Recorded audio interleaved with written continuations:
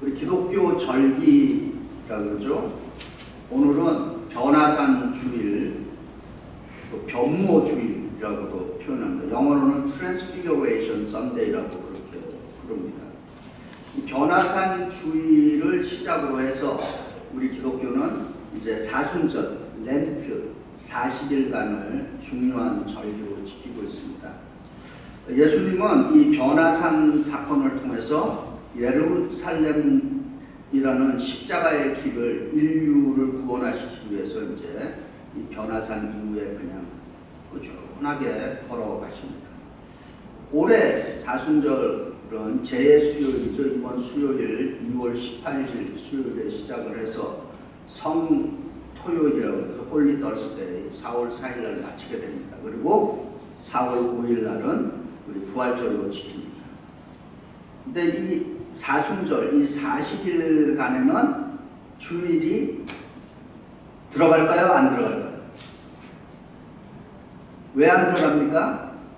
왜 이 렌트에 이 40일 기간의 주일은 카운트를 하지 않는가? 왜 그런가 하면은 Every Sunday is a little Easter. 매 주일은 작은 부활절이다. 부활절이다. 그래서 이 주일은 카운트하지 않고 있습니다. 그럼 이 사순절의 이 기원은 도대체 어디서 왔느냐? 이 사순절의 기원은 예수께서 이제 공생애라고 그러죠. 이제 오피셜 미니스트리를 이제 하는 실제적인 사역을 시작하시기 전에 광야에서 40일 동안 그 사단의 유혹과 싸우시고 금식하면서 구원의 사역을 준비한 그 시간에서 이제 유래합니다. 그래서 우리 기독교는 지난 2000년 동안 예수 믿는 사람들은 이 사순절을 의미 있게 지켜오고 있습니다.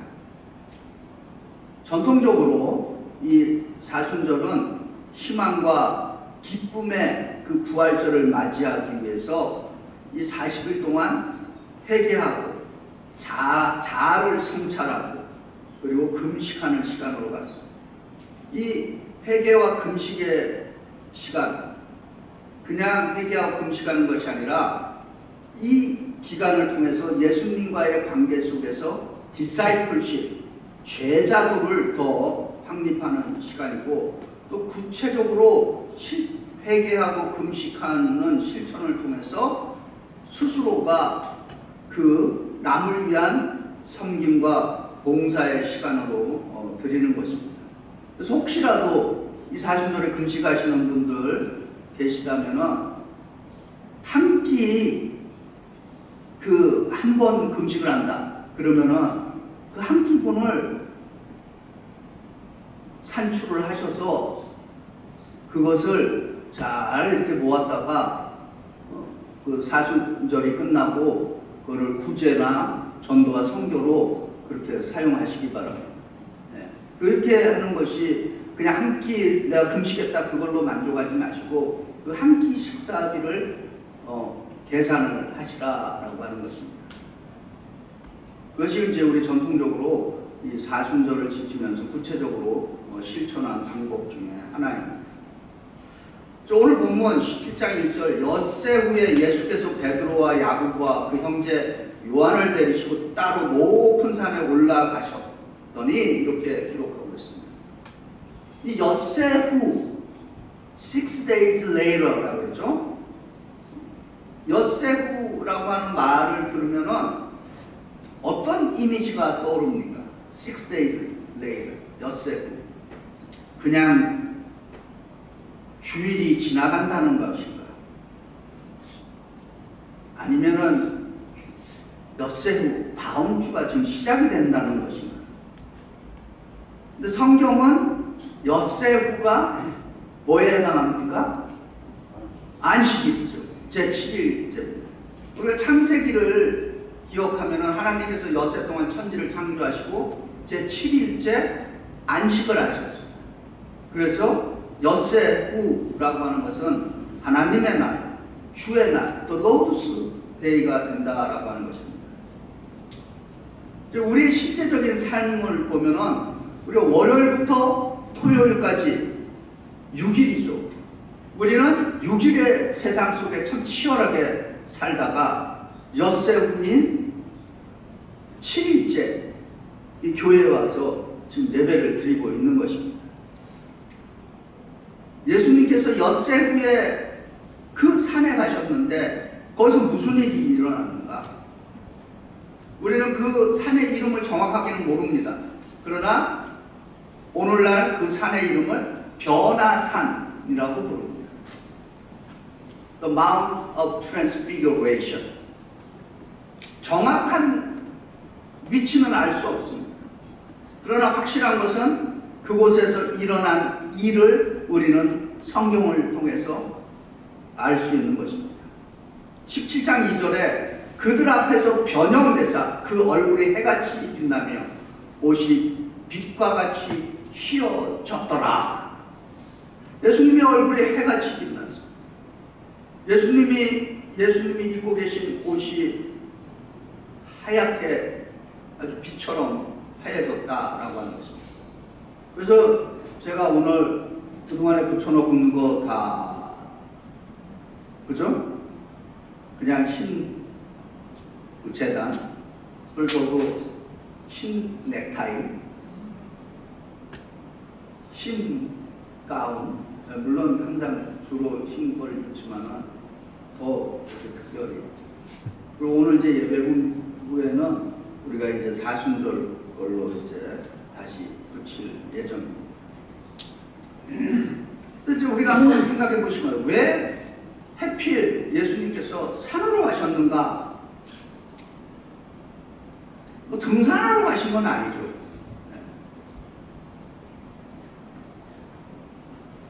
왜 산으로 가셨어요? 우리 이제 이 복음서를 통해서 누가복음은 왜 예수께서 새 제자를 데리고 산에 올라가셨는지 그 단서를 제공하고 있습니다. 누가복음 9장 29절에 이렇게 증거합니다. 기도하실 때 용모가 변화되고 그 옷이 휘어져 광채가 나더라. 그리고 누가복음 9장 32절에 베드로와 및 함께 있는 자들이 깊이 졸다가 온전히 깨어나 예수의 영광과 및 함께 선 두 사람을 보더니 이렇게 증거하고 있습니다. 그러니까 제자들이 깊이 졸았다라고 하는 것은 깊은 밤이 되었다라고 하는 것입니다. 그 예수님은 그 산에서 밤새도록 기도하고 계셨다라고 하는 것입니다. 혹시 우리 가운데 한국에서 신앙생활 하시는 분들, 하시고 오신 분들 가운데는 경험 있는 분들 있을 거예요. 산기도 가보신 분들. 한국에서 신앙생활 하실 때 산기도 다녀보신 적 있죠. 저희는 80년대 이제 서울에서 제가 다니던 교회에서 금요일 밤에 교회 버스로 산기도를 다닙니다. 이 산기도와 그 당시 이제 돌아가신 이제 목사님이신데 아주 박한 목사님이 한분 계셨어요. 시간 아주 1초도 안 틀리게 하는 목사님이 계셨는데 금요일 날 이제 교회 버스 대절해서 이제 산기도 이제 간다고 그러면 이제 예를 들어 8시에 출발이다. 그러면 딱 혹은 8시 딱 되면은 교회 그 운전하시는 분에게 빨리 갑시다. 그리고 담임 목사님 그러신 거예요. 근데 저기 보니까 누군가 막 오고 있어. 그냥 가는 거예요. 그러니까 이 사람이 그냥 뛰어오서 택시 타고 따라오는 거예요. 아주 그 교회 그게 아주 유명했어요. 실제로 그런 목사님 계세요. 어디 하나님 예배 드리는데 늦게 들어와갖고 혹은 늦게 오고 그래도 그것 때문에 실족한 교인이 없었어요. 그 당시만 하더라도. 택시 타고라도 같이 오는 거예요.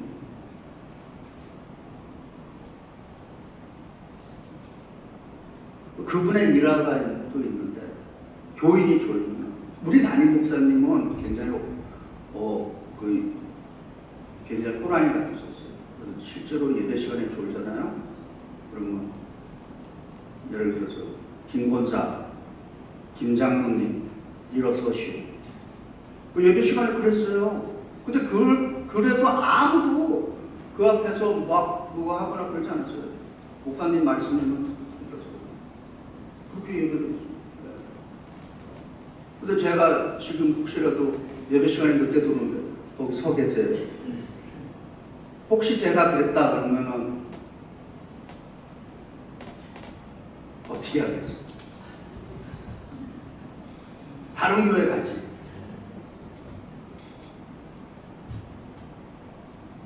근데 참 한국 교회가 우리에게, 저에게 특별히 이제 제가 이렇게 한국 교회를 쭉 생각하면서 영어 목회하며 한인 목회하면서 내가 이렇게 한국 교회가 나에게 준 가장 위대한 유산이 어떤 것들인가? 바로 이 새벽 기도의 영성인 것입니다.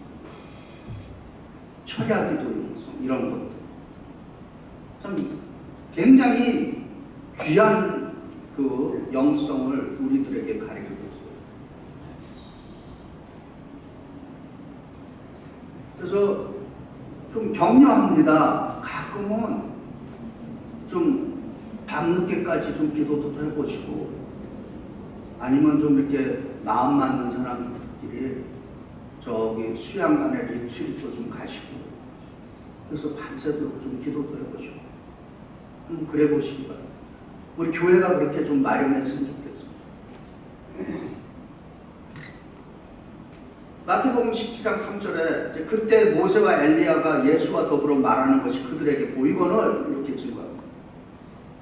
모세와 엘리야가 나타났습니다. 성경에 수많은 영적인 거장들이 있습니다. 근데 왜 수많은 그 영적인 거장들 가운데 해필이면 모세와 엘리야냐? 뭐 아브라함이나 뭐 다윗 뭐 이런 분들은 아닌가? 또 우리가 알다시피 모세는 어느 산? 시내산에서 뭘 받았어요? 하나님의 율법을 받아서 전달했습니다. 그리고 엘리야는 호렙산에서 하나님을 만났습니다. 그런데 재밌는 거는 이 호렙산에 대한 두 가지 이론이 아직 해결되지 않았습니다. 호렙을 시내산이라고 부르는 성경학자도 있고, 그거는 호렙과 시내산은 다르다라고 하는 성서학자들도 있습니다. 근데 이 두 분이 왜 예수님이 변화산에서 예수님을 만났는가? 모세는 율법의 대표자고, 엘리야는 예언을 대표하는 사람인 것입니다. 과연 이 세 분이 무슨 대화를 나누었겠는가 궁금하잖아요. 성경을 자세히 이렇게 묵상해서 보면은 두 분이 나타나서 예수님과 대화를 했는데 도대체 무슨 대화를 했는가? 근데 성경이 침묵하고 있어요. 우리로 하여금 많은 그 영적인 상상력을 불러일으키고 있습니다. 근데 아마 이제 가장 평범한 상상은 이런 것일 것 같아요. 모세와 엘리야가 주님, 당신이 예루살렘에 가서 십자가를 지셔야 합니다. 그래야 성경에서 이야기하는 율법이 완성되는 것이고, 그래야 예언이 성취되는 것입니다. 아마 그렇게 얘기하지 않았을 겁니다. 그런 이제 추측을 상상을 해봅니다. 그리고 과연 또 예수님은 왜 또 그 밤에 그 산꼭대기에서 무슨 기도를 하셨는가? 그것도 성경이 침묵하고 있습니다. 그러나 우리가 영적인 상상력을 좀 발휘를 해볼 수 있죠. 아마 그렇게 기도하셨을 것 같아요, 예수님. 아버지 하나님, 제가 인류를 위해서 이 십자가를 지는 것이 진실로 아버지의 뜻입니까? 아마 이렇게 물어보지 않았던가라고 하는 거죠. 근데 성경을 통해서 예수님은 한평생 자기 뜻을 위해서 뭔가 한 일이 없습니다. 성경을 읽어보면 늘 하나님께 물으셨고 그리고 하나님의 일을 하신 거예요. 그래서 예수님이 아버지가 일하시니 나도 일한다 이렇게 말씀하셨어요. 근데 여기서 이제 예수님의 기도와 우리 개인의 기도를 한번 비교해 봅니다. 예수님은 이렇게 기도하시죠. 아버지 하나님, 제가 무엇을 하기를 원하십니까? 그렇게 여쭙습니다. 그런데 우리는 어떻게 기도합니까? 아버지 하나님, 제가 원하는 것을 좀 들어주시옵소서. 이렇게 기도하지 않습니다. 예수님은 하나님의 목적을 강구합니다. 그러나 우리는 나의 목적을 이루려고 하고 있다라고 하는 것입니다. 여기서 어린아이와 어른을 좀 생각해 봅니다. 저도 어렸을 때는 저희 부모님에게 이거 해달라, 저거 해달라, 이거 달라, 저거 달라. 어린아이는 그렇게 합니다. 근데 이제 어른이 돼서 제가 여전히 우리 어머니한테 엄마 이거 줘요, 엄마 저거 줘요, 엄마 이거 해줘요, 저거 해줘요. 이게 말이 되는 일입니까? 지금은 그렇게 안 하죠.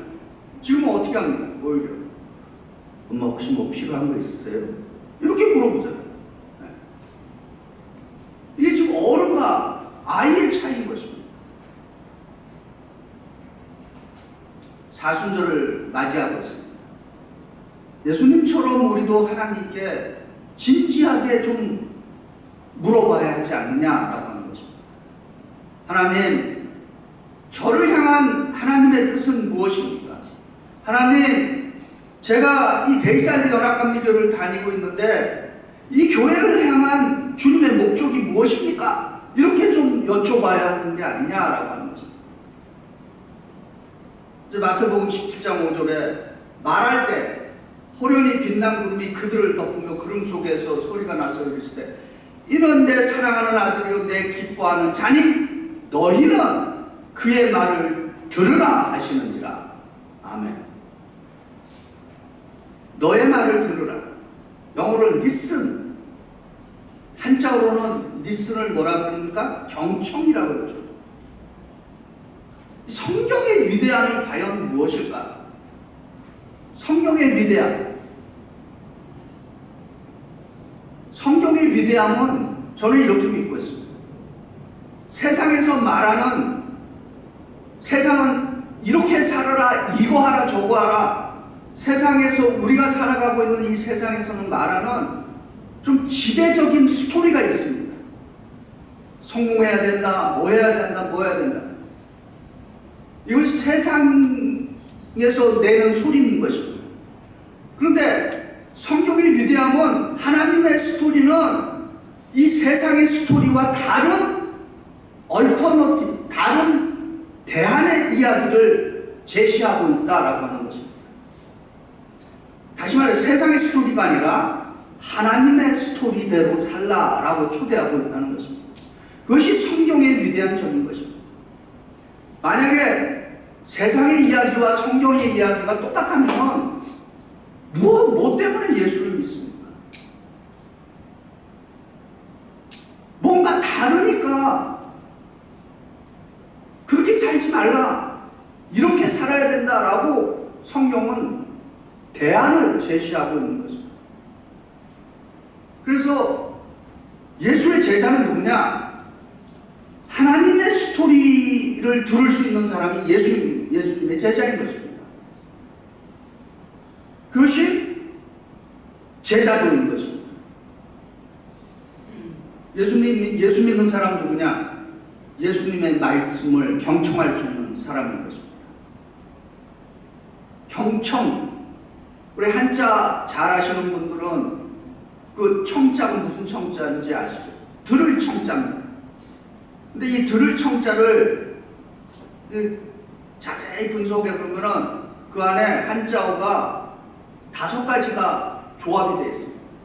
귀이자, 그리고 임금왕자, 그리고 열십자, 그리고 눈목자, 마음심자, 요게 합해져서 청이라고 하는, 리스닝이라고 하는 단어가 됩니다. 그러니까 듣는다라고 하는 것은 왕 같은 큰 귀로 집중해서 듣는 것, 그리고 10개의 눈으로 마음을 보면서 듣는 것, 그리고 마음을 다해 상대방과 하나 되는 것. 이것이 경청이다라고 하는 거죠. 이 경청의 시조는 누굽니까? 우리 주 예수 그리스도이십니다. 예수님 이 땅에 계시는 동안에 먼저 하나님의 음성을 항상 경청하셨습니다. 근데 이 경청의 목적이 있습니다. 경청의 목적은 듣고 행하라 라고 하는 것입니다. 그래서 마태복음 그 7장 24절과 25절에 예수께서 이런 비유를 말씀하는 거죠. 누구든지 나의 말을, 이 말을 듣고 행하는 자는 그 집을 반석 위에 지은 지혜로운 사람 같으니 비가 내리고 창수가 나고 바람이 불어 그 집에 부딪히되 무너지지 아니하나니 이는 주추를 반석 위에 놓은 까닭이요, 이렇게 증거하고 있습니다. 그러니까 경청, 리스닝의 목적은 듣고 행하는 순종에 있다라고 하는 것입니다. 그래서 이번 사순절 우리 성도님들에게 좀 경청하는 운동을 좀 실천해 보라고 격려합니다. 첫째로 하나님의 말씀을 배움으로써 경청을 해야 되는 것입니다. 그래서 성경 공부에 꼭 참여해 주시기 바랍니다. 그리고 이제 실시하는 우리 소그룹 모임에 적극적으로 또 참여해 주시기 바랍니다. 두 번째, 경청, 말하기를 좀 절제하고 타인의 소리에 좀 경청해 보시기 바랍니다. 이런 말이 있습니다. 사람이 말을 배우는데 몇 년 걸리는 줄 아십니까? 사람이 말을 배우는 데는 2년 정도가 걸립니다. 그런데 사람이 침묵을 배우는 데는 60년이 걸린다. 그러니까 얼마나 입 닫고 사는 게 쉽지 않다는 것입니다. 연세 드신 분들에게 좋은 교훈이 있습니다. 나이 들면 해야 될 것이 있다는 것입니다. 입은 닫고 지갑은 열어라. 그런 말씀 들어보셨죠? 네. 연세가 들수록 입은 닫고 지갑은 활짝 열어라. 그런 말이 있습니다. 세 번째로는 겸손해야 들을 수 있는 것입니다. 겸손하면 들을 수 있고 교만하면 들리지 않는 것입니다. 마지막 네 번째로는 경청을 좀 몸으로 응답해 봤으면 좋겠습니다. 경청, 귀로만 듣는 것이 아니라 눈으로, 입으로, 손으로, 발로 응답하는 것입니다. 그래서 이 선한 일에 쓰임받는 사순절을 실천해 보시기를 기도드립니다. 이제 17장 7절에 예수께서 나와 그들에게 손을 대시며 이르시되 일어나라 두려워하지 말라 하시니 이렇게 증거합니다. 예수께서 제자들에게 손을 대셨습니다. 예수님이 손을 댄다라고 하는 것에는 아주 놀라운 영적 의미가 있죠. 예수님이 누군가를 만지시면은 그 만짐을 당한 사람들에게는 놀라운 회복과 기적이 일어나는 것입니다. 지금 이 시대는 참 두려움이 가득한 시대입니다. 이 나라와 이 세계에 두려움이 가득합니다. 그리고 개인적으로 우리는 질병의 두려움, 불안의 두려움, 미래의 두려움으로 있습니다. 예수께서 만져주시면 이 두려움이 치유되는 줄 믿습니다. 이 시간 한번 저를 따라서 이렇게 한번 기도해 보시기 바랍니다. 우리 가슴에 손을 얹고 한번 저와 함께 이렇게 기도해 봅니다. 주님, 이 순간 여기서 저를 만져 주셔서 치유해 주시옵소서.